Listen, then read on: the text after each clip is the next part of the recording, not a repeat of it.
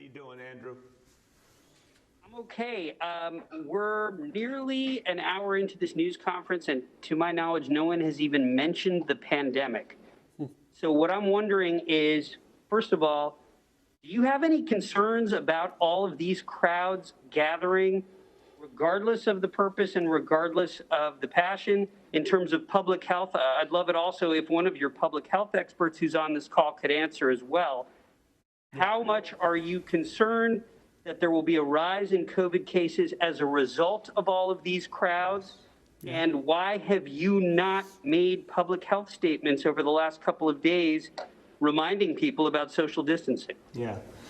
Andrew, excellent questions. We've been talking about this. I don't think we have our public health folks on now, but they can certainly speak to it later. Andrew, this is, I have to say, and I want to just express this openly to everyone. Just a few days ago, what we were entirely focused on, all of us, was one of the greatest challenges this city has ever faced, this pandemic, this painful, horrible crisis taking the lives of so many New Yorkers.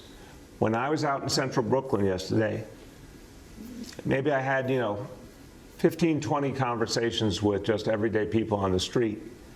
Overwhelmingly, people were talking about their concerns about their health, about their kids, about the fact they were running out of money or they had not gotten checks from the federal government. Some people, of course, raised concerns about criminal justice, but most people are dealing with this crisis. They're scared. They're scared for their health. They're scared for their family's health. They're worried that they don't know where things are going with this coronavirus. That hasn't stopped.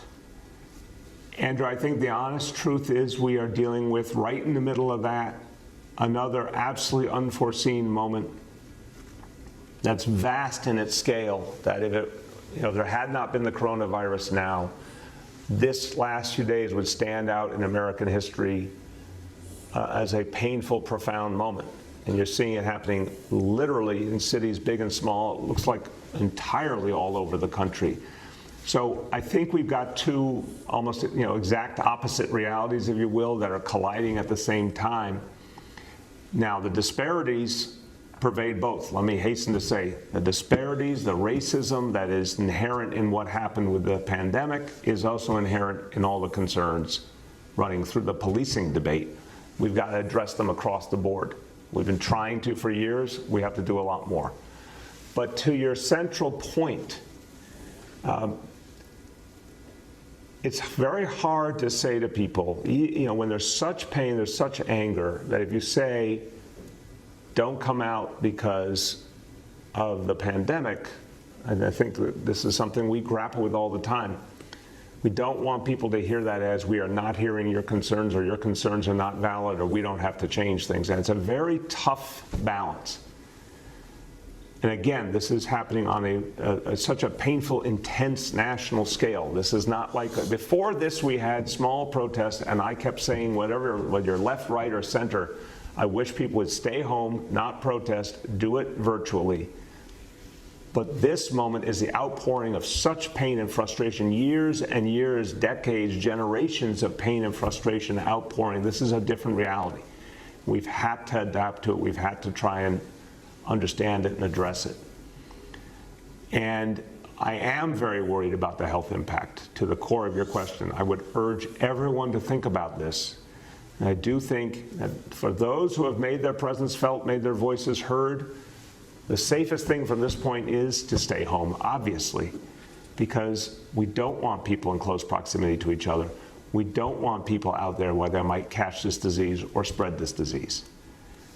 And I think more and more people have to realize there is a danger that it will cause some real impact on the resurgence of this disease. We don't have the facts yet, Andrew, and these things are happening outdoors. That's better, thank God, than if people were gathering together indoors. But there's a real danger here. There's no question there's a danger this could intensify the spread of the coronavirus just at a point when we were starting to beat it back profoundly.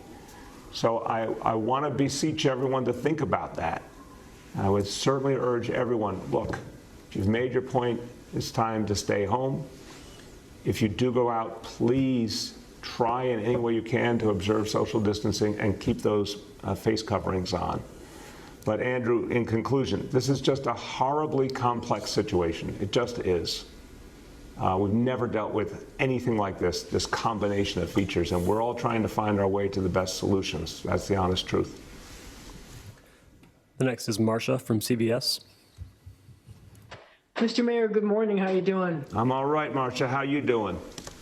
So I have a couple of questions. First of all, at times it seemed, because of the violent protesters who've joined, that the police have been overwhelmed. And I'm wondering if there's a so-called war plan going forward for how the police are going to deal with both the peaceful protesters and those who would seek to do violence or to loot or to engage the police in a violent way. And my second question has to do with the briefing that John Miller gave yesterday about these protesters. Since the NYPD did have intelligence about the fact that they wanted to loot, and they were ordered, according to their encrypted messages, to target high volume stores, fancy stores, chain stores in wealthy communities, why weren't the police able to get ahead of that and stop it? I'll start and I'll turn to the Commissioner. The way you opened the question, Marcia, I know you were speaking sincerely, but I would never use the words you just used there. We have a peace plan. We have a plan to keep the peace. And even with all the tensions of the last few days, again, thank God, no loss of life. Thank God we have not seen a lot of serious injuries. We had some situations that could have been very, very bad that were averted in large measure because police leadership showed restraint and saw situations and dealt with them before they got worse. And we've got things that weren't done well and we have to fix. But overwhelmingly, the plan has been to keep the peace, to respect the peaceful protesters, to deal with those who are aiming to do violence. And that was working. It was not perfect by any stretch. And the fact that a lot of these violent protesters in particular break off and go all over in different groups makes it really challenging for the police. Now, that's not new in the world, Marcia. We've been seeing that kind of violent protest, that kind of tactic for years around the world. We hadn't seen it as much in this city. And again, some of this is from the city and some of this is from outside. But that puts a real strain on the NYPD trying to chase all sorts of groups and trying to be present in so many areas simultaneously. That said, it was working and working in many ways very well until about 9 o'clock last night. And then we saw something we hadn't seen as much. And that now needs to be defended against in a new and different way, and that's what will happen today. There was a lot of presence out, and we're going to make sure that presence is in the right places, seeing what we now are seeing from this violent few. But from the peaceful protesters, we saw people trying to just get their message out and not attacking property, not attacking people. So this is a day-to-day, hour-to-hour thing, and we're going to constantly make those adjustments. Commissioner. We will make America great again.